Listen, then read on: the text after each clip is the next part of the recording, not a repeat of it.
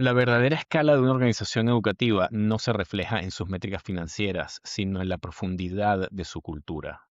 Liderar con propósito es transformar la visión en una misión compartida que sostenga el crecimiento sin perder jamás el alma del proyecto. Mi nombre es Alan Furth y junto a Antonio Corrales en el podcast de Build to Deliver exploramos cómo los líderes logran cerrar la brecha entre la gran visión estratégica y la ejecución eficaz y sostenible.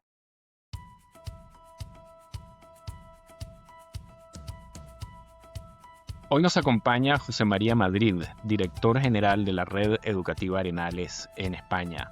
Licenciado en Psicopedagogía y con formación en Dirección General de Empresas por el IES, José María pasó de las aulas en la zona de Vallecas, en Madrid, a coliderar un proyecto educativo sin ánimo de lucro que desde su primer centro en 2019 ha experimentado un impresionante crecimiento exponencial.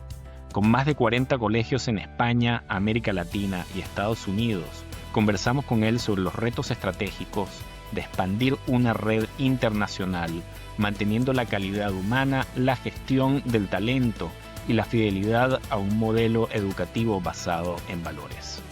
José María, gracias por compartir con nosotros esta mañana un ratito para conversar. Encantado de tenerte aquí con Antonio en el programa. Buenos días, Antonio. Buenos días, Alan. ¿Cómo estás, Un José placer María? para mí también y poder estar con vosotros. Perfecto. Entonces, a ver, José María, tantos temas que podemos hablar, pero para empezar, te voy a contar cómo te encontré. Y la verdad es que fue LinkedIn que me sugirió un post que escribiste hace un tiempito, hace unos 7 meses, y que vamos a enlazarlo aquí en las notas del programa para que la audiencia lo pueda acceder, porque a mí me encantó. Y la verdad que eso fue lo que me picó la curiosidad y decidí tocarte la puerta, ¿no? Voy a leer la parte introductoria porque va a ser un buen marco como para hacerte la primera pregunta que te quiero hacer. Se llama Dar la vuelta al mundo como a un calcetín. Siempre me ha llamado la atención esta frase. Cada uno de nosotros, aunque nos pueda parecer que el papel que jugamos en la vida pasa desapercibido y es insignificante, tenemos una potencialidad impresionante. Somos como una gran bomba atómica que tiene la posibilidad de cambiar lo que tiene alrededor. Es realmente importante que descubramos cuál es nuestra misión. De la misma forma que Frodo Bolsón, siendo un pequeño hobbit de la comarca, fue capaz, con la ayuda de otros, de salvar la Tierra Media del poder maligno del Gran Saurón, nosotros podemos transformar el mundo si nos tomamos en serio nuestra misión. Esa misión que toca a cada uno de nosotros descubrir. Cuéntanos cómo descubriste que tu misión era dedicarte a la educación. Pues en realidad yo creo que la vida me fue como llevando, porque yo tenía dudas cuando acabé COU, antes el curso de introducción a la universidad. Yo tenía dudas sobre si estudiar arquitectura o sobre si estudiar magisterio para educación. Ante lo que puede parecer un fracaso, realidad fue determinante para mí, porque ese verano yo había hecho COU de ciencias para hacer arquitectura y como magisterio se puede entrar desde ciencias o letras, pues dices, vale, pues ya está. Entonces, tuve la desgracia de suspender la selectividad, la EBAU.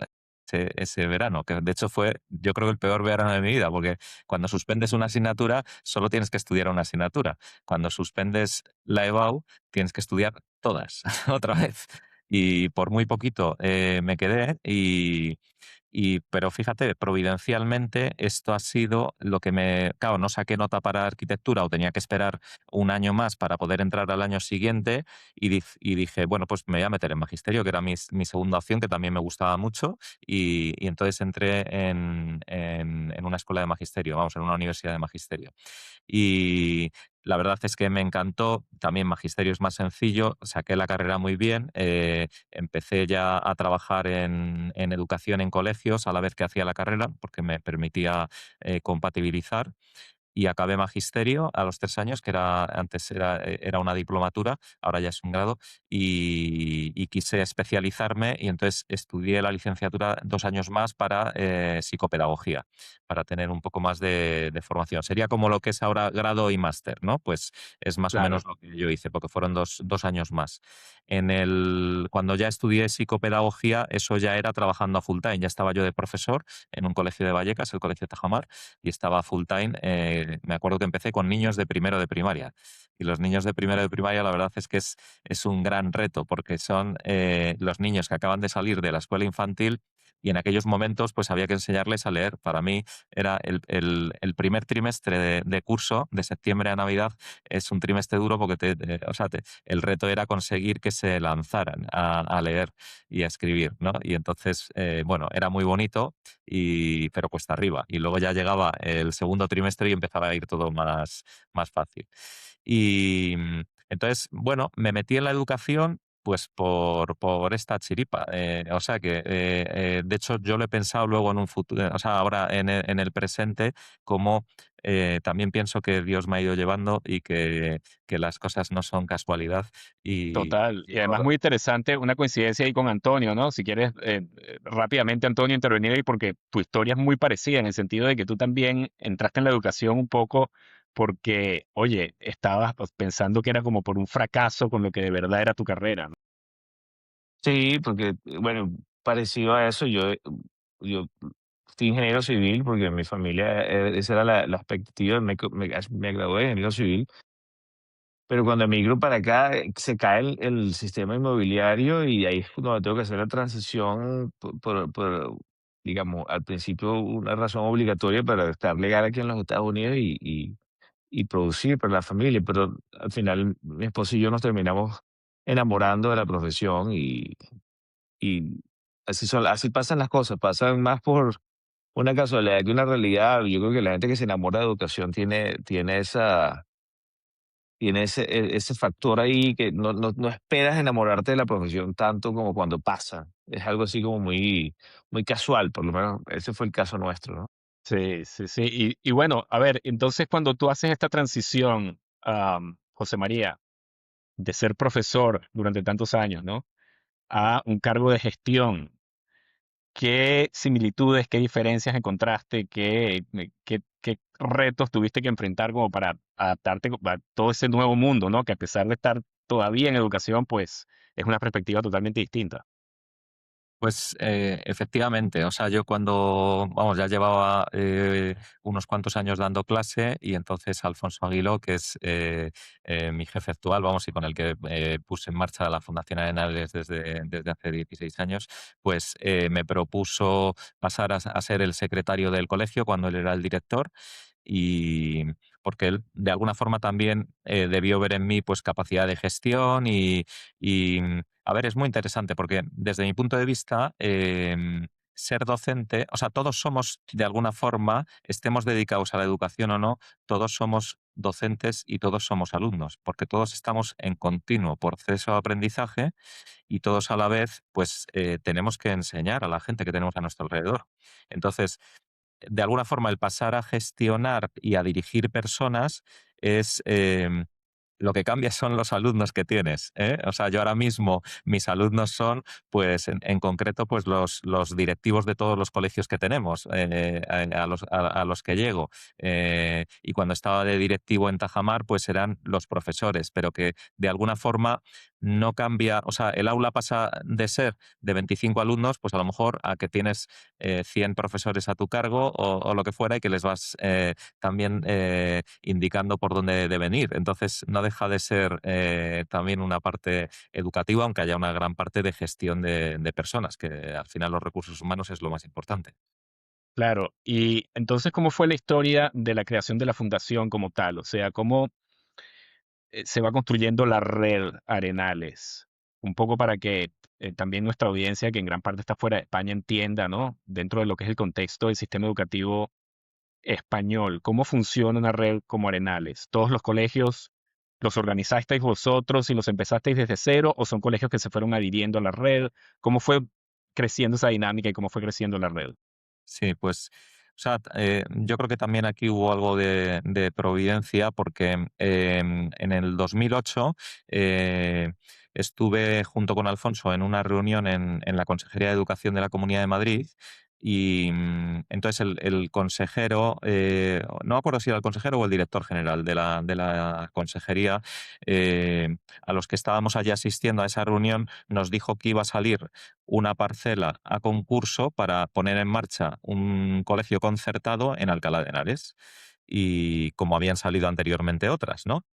Y en este caso, pues cuando salimos de la reunión, la verdad es que en el coche, Alfonso y yo comentamos, oye, ¿y si nos presentamos al concurso?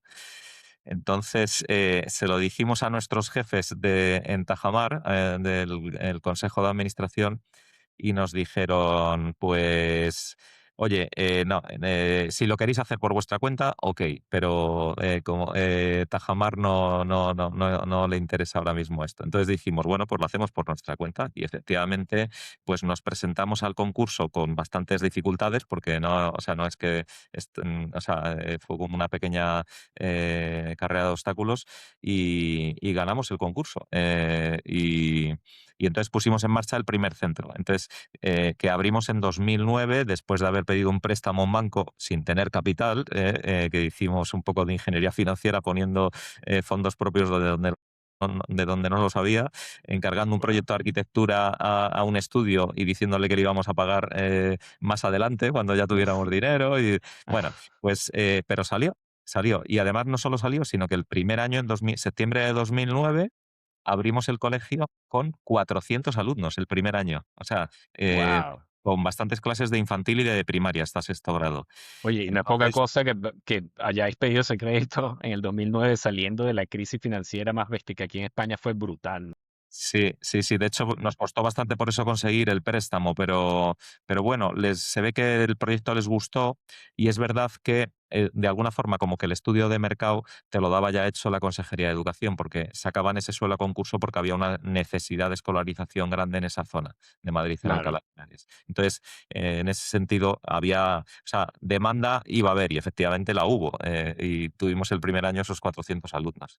claro. Entonces, dijimos todo esto a la vez que manteníamos nuestro trabajo en Tajamar, o sea que esto lo hacíamos como en el tiempo libre, como un hobby.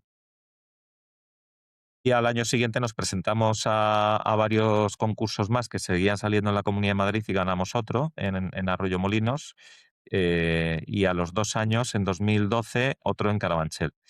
Y de concursos públicos ya no hay más. En nuestra web está todo explicado. El resto han sido, bueno, ya en 2012 nuestros jefes de Tajamar, del consejo, nos dijeron, oye, se acabó aquí la gracia, o Tajamar o Arenales, y ya o sea, decidimos dedicarnos a full time a Arenales porque el proyecto lo merecía. Y entonces yo me acuerdo que hice también, para tener un poco más de formación a nivel financiera y empresarial, hice un máster en el IES de Dirección General de Empresas, que la verdad es que me encantó y me ayudó muchísimo. Y, y ahí empezó el crecimiento pues exponencial, porque o sea, de 2014 pues ahora que estamos en el 26 hemos pasado de 3 centros, 4 centros educativos a más de 40 y estamos ahí y seguimos creciendo. Sí, y eso, ahí estás tocando un tema, estamos hablando público, privado, ¿no? O sea, sin embargo, en la educación había demanda, definitivamente, por lo que ustedes estaban ofreciendo, lo que vosotros ofrecíais, porque la, la, la prueba es el crecimiento exponencial que habéis tenido desde entonces. Sin embargo, siempre hay como una controversia, ¿no? Tanto en España como en el mundo entero, ¿no? O sea, esta idea de que la educación privada y la pública, pues, están siempre en competencia y que una le quita recursos a la otra. ¿Cómo ves tú esa dinámica desarrollándose en España en los próximos años y cómo crees que puede reforzarse una a la otra? A ver, yo pienso que la educación es uno de los pilares más importantes de un país y creo que la colaboración público-privada pues es súper necesaria. Entonces, me parece que no debe verse como una competencia o como un enfrentamiento, sino que, o sea, de hecho, nosotros queremos que la escuela pública vaya cuanto mejor vaya, pues es mejor para la sociedad, porque al final esto es un servicio al país y a la sociedad. Y además, si la educación pública va mejor, nos obliga a nosotros también a ir mejor. Y al contrario, o sea que si la educación privada o concertada en este caso, porque también puede recibir ayudas públicas, va bien, también le obliga a la pública pues a ponerse un poco las pilas para ir mejor. Y entonces yo creo que lo importante es que todos nos demos cuenta de que tenemos el encargo de dar formación a las nuevas generaciones que van a sacar adelante el país. Entonces, la educación para mí en ese sentido pues es esencial. Y el post este que comentabas antes, que efectivamente puse en LinkedIn, pues la educación tiene un poder transformador. mm, y, o sea, y además, para mí, pues es el mejor ascensor social. O sea, puedes tener una familia. Yo lo he visto porque en el colegio en el que empecé a dar clases, en Tajamar, está en Vallecas, que es el distrito de Madrid con renta per cápita más baja. Y es vamos, de los de más baja de España.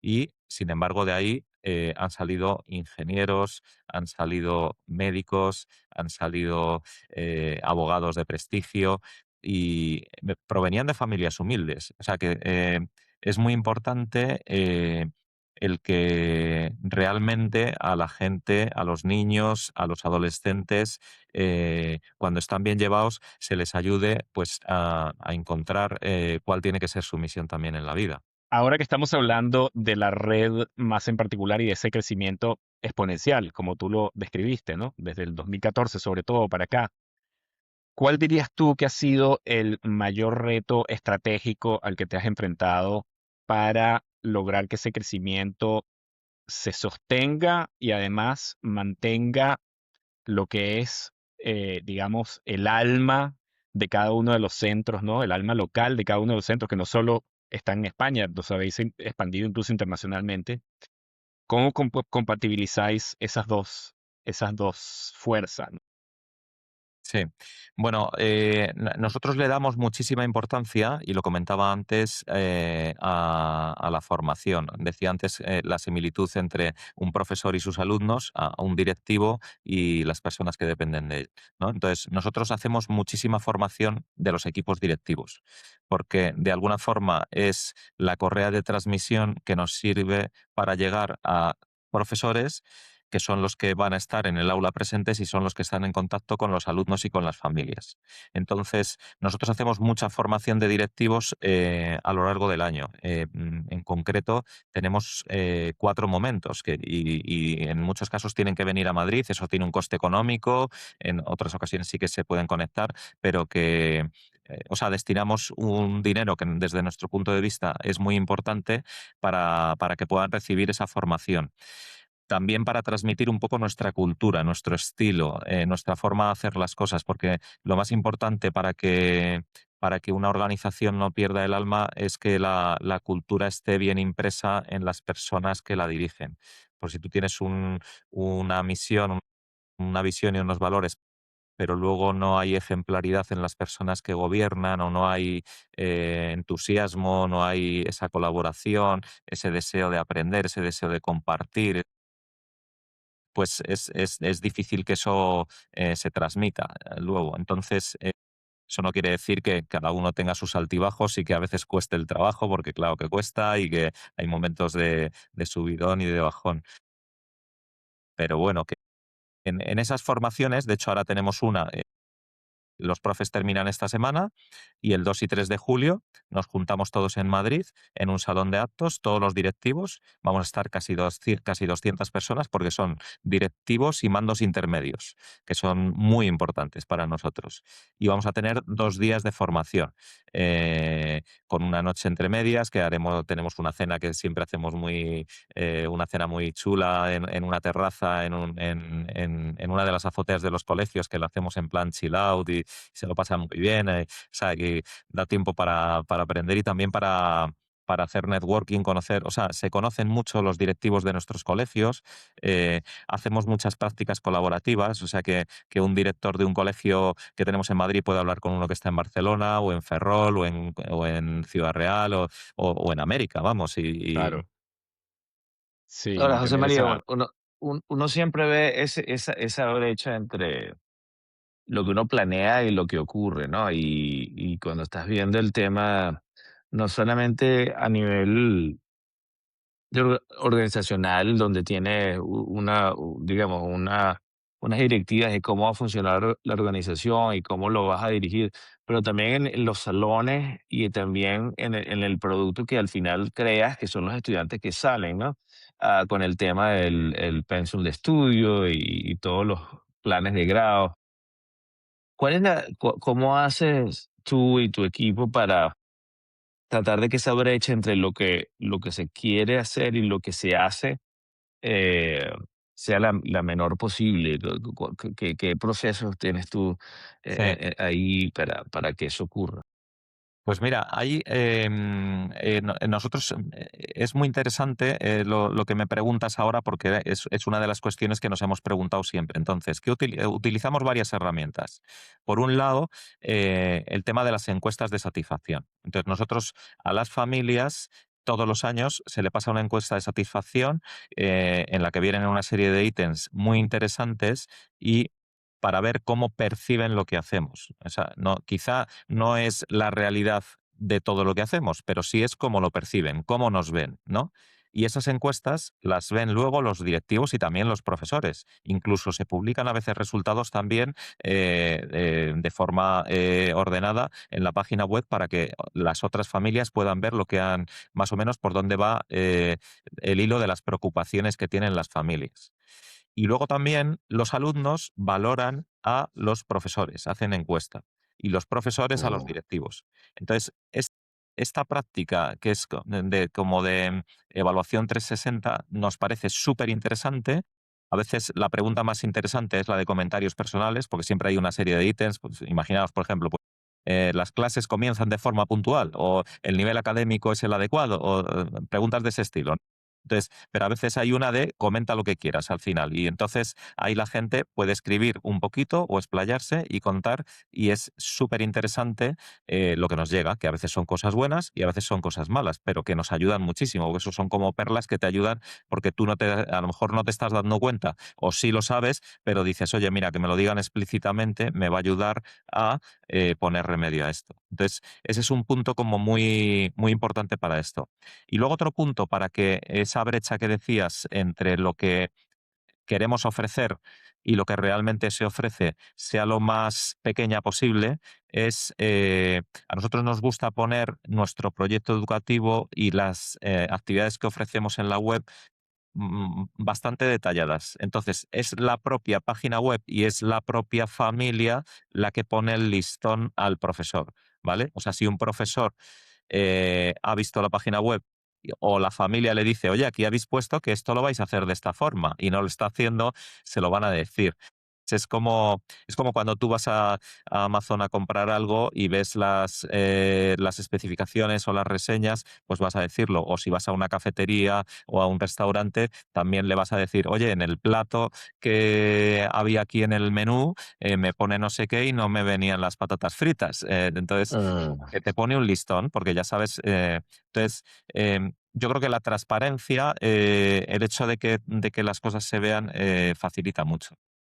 Ahora, una Y cosa que por lo menos a nivel educacional es un tema bastante recurrente hoy en día, sobre todo con la presencia de inteligencia artificial y el tema de todas esas variables que están cambiando cada segundo en el mundo, es qué tipo de estudiante creamos para el futuro, ¿no? Te hago un ejemplo, o sea, mi hija que tiene 23 años, ella ya tiene una maestría en una de las mejores escuelas de negocios aquí en los Estados Unidos y se graduó el año pasado.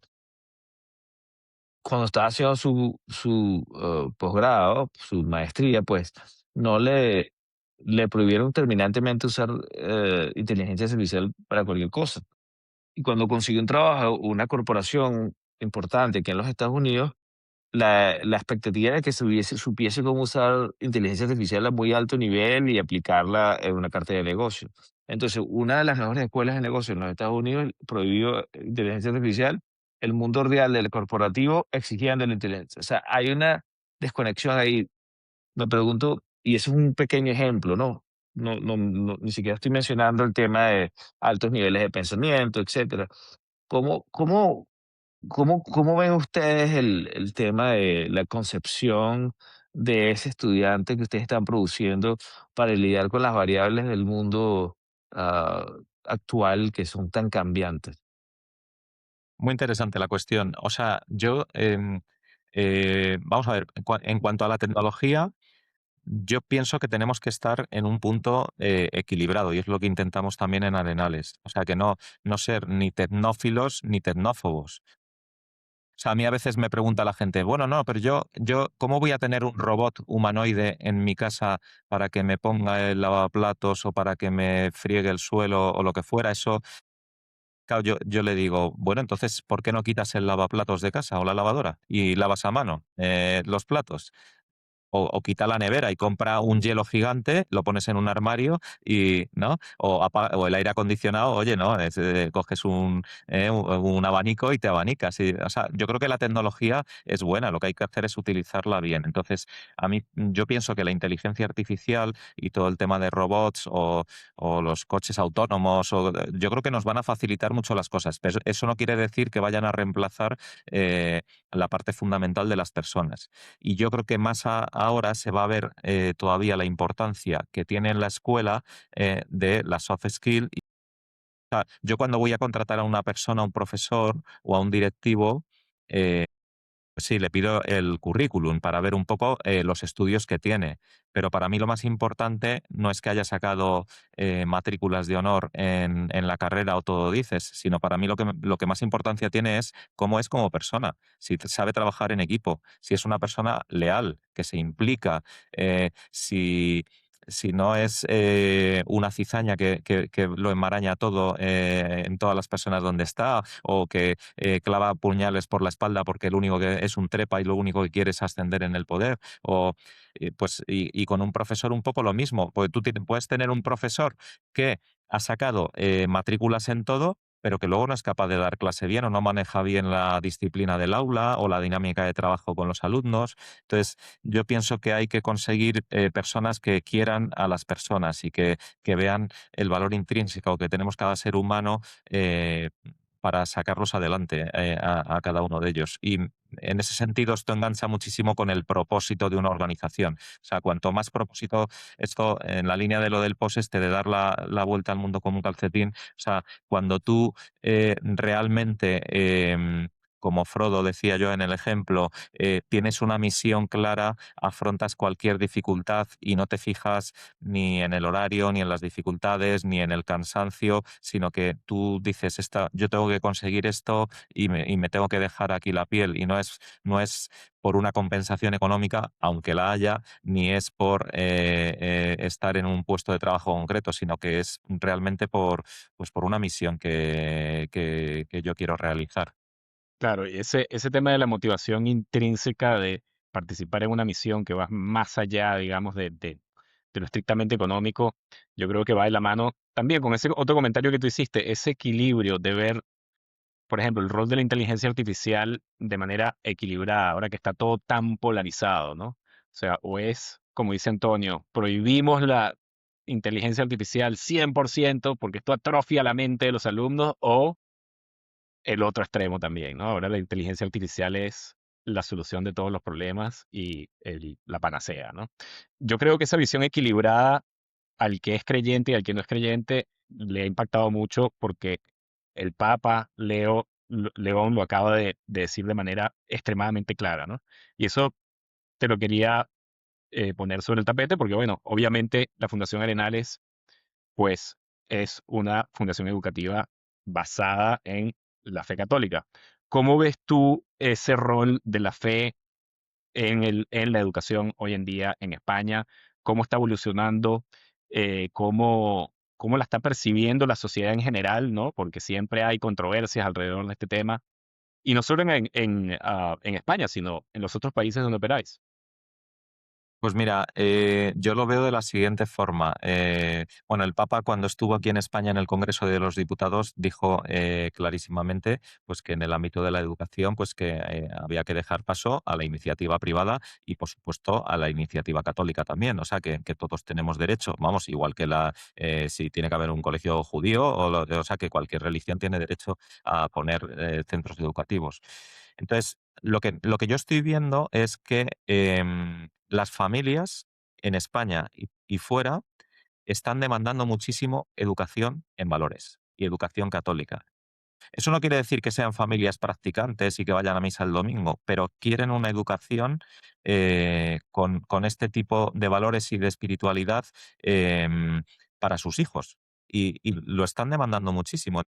Nosotros, la realidad es que vemos cómo colegios que están en nuestro entorno van perdiendo alumnos y nosotros que claramente, como habéis visto en nuestra web, nos declaramos católicos y tenemos la asignatura de religión y por supuesto que no, o sea, no obligamos a nadie a rezar nada y que el que reza lo hace libremente, pero sí que pues hablamos pues de virtudes como la generosidad, la profesionalidad, el orden, el trabajo bien hecho, el cuidado de las cosas pequeñas, de los detalles, la ejemplaridad. O sea, esos valores no es que sean católicos, es que son valores humanos universales, ¿no? Luego, también, pues a los que quieren les hablamos de la fe y tenemos catequesis y les hablamos de la persona de Jesucristo. Y la verdad es que nosotros lo que estamos notando es que esto va increciendo y que cada vez, o sea, de hecho, tenemos lista de espera en muchos colegios porque la gente quiere una educación basada en valores y nos lo dicen en las encuestas, ¿eh? Porque lo preguntamos y nos lo dicen. Es que es gratificante en este sentido. Muy bien. Bueno, a ver, ya estamos llegando casi, casi al final del episodio, José María, pero no quería dejar fuera tu visión, ¿no? De nuevo, volviendo a ese crecimiento exponencial que habéis experimentado durante todos estos años. ¿Dónde ves tú a la red de Arenales en los próximos 5 años, por ejemplo? No solo cuantitativamente, sino cualitativamente y en ese rol, ¿no? De llevar adelante esta misión educativa que tenéis. Sí. O sea, fíjate, este año llevamos incorporados desde enero de 2026, llevamos 6 colegios por diferentes opciones, tanto de religiosos como de particulares, y tenemos una cartera en estudio de unos cuantos. De hecho, esta semana, si todo va bien, el viernes firmaremos otro de unas religiosas en el norte de España. Se ve que está corriéndose la voz y nos llaman de muchos sitios. No tenemos una estrategia clara de crecimiento, pero la realidad es que nos llaman de tantos lados que, bueno, vamos, estudiamos los proyectos y vemos si podemos ir hacia adelante. El hecho de que seamos una entidad, una fundación sin ánimo de lucro, pues permite que al no distribuir dividendos, pues los recursos que obtenemos se dedican todo a la propia organización para mejorarla y también para su crecimiento y en ese sentido pues es más fácil también el poder crecer. José María, muchísimas gracias por tu Muchas tiempo gracias, José María. y eso, esperamos que volvamos a conversar pronto.